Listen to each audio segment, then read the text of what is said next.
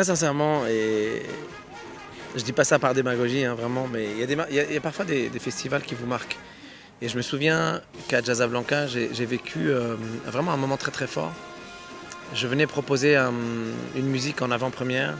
L'album n'était pas encore sorti, je ne savais pas trop si le public allait aimer ou pas aimer. Les gens ne connaissaient pas ces musiques encore, etc.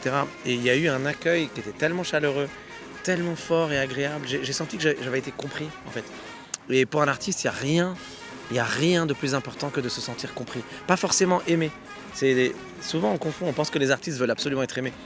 Il y en a certains certainement, mais être compris, il n'y a rien de tel. Voilà, donc je sens qu'à Jazzablanca, et peut-être au Maroc en général, mais je pense ici en particulier aussi, parce qu'il y a cette couleur jazz très ouverte.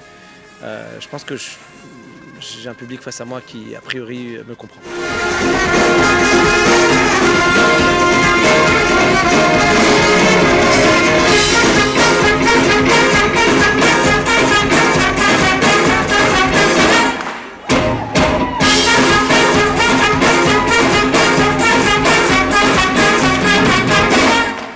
Alors, c'est pas une avant-première cette fois-ci. J'arrive avec un album qui est sorti il y a quelques mois. Et je suis très très heureux de le présenter ici parce que cet album qui s'appelle Les Trompettes de Michel-Ange, c'est un projet qui est très important pour moi. J'attendais, ça faisait des années que j'attendais de pouvoir faire cet album.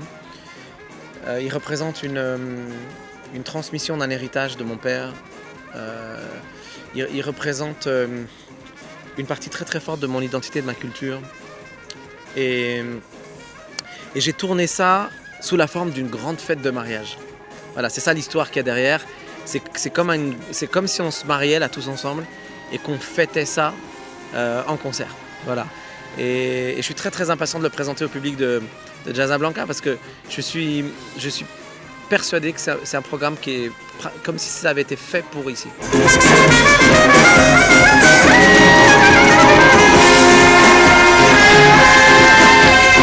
C'est vrai que je fais de la musique pour me sentir connecté au monde.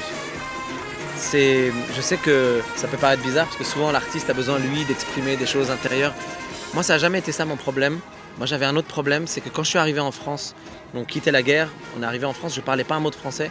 Je ne comprenais rien de ce que les gens me disaient, je ne comprenais rien de ce que les maîtresses à l'école me disaient. Et je sentais que je n'étais pas en connexion avec le monde. Et depuis, c'est mon petit traumatisme d'enfance, un de mes petits traumatismes d'enfance. Et maintenant, toute ma vie consiste à essayer de me sentir connecté au monde, connecté aux gens. Et donc, à chaque fois que je peux, je profite de mes concerts pour qu'on soit le plus nombreux possible sur scène. Et pas que sur scène d'ailleurs. Et j'essaie de créer ces événements où on vit quelque chose d'unique. Voilà. Pas juste un concert parce que j'ai un album et parce que je dois vivre. Non, je veux profiter de chacun de mes concerts pour qu'on s'en rappelle longtemps et qu'on vive un moment fort. Et là, par exemple, si je peux me permettre, mais je viens d'annoncer que dans un peu moins de 2 ans, je vais célébrer mes 20 ans de carrière en tant que musicien professionnel. Et donc, il fallait que je trouve un endroit pour faire ça. Et comme j'ai dit à tout le monde, je veux choisir l'endroit où je suis sûr que toutes les personnes qui veulent venir, peu importe, même du Maroc ou de partout, puissent venir et que ce ne soit pas complet. J'ai pris la plus grande salle de concert d'Europe qui est le Paris La Défense Arena. On sera 40 000 personnes. Donc ça, ce sera le 10 avril 2027 d'ailleurs, je vous le dis, pour ne pas oublier la date, 10 avril 2027. Donc ça, c'est un concert pour fêter mes 20 ans.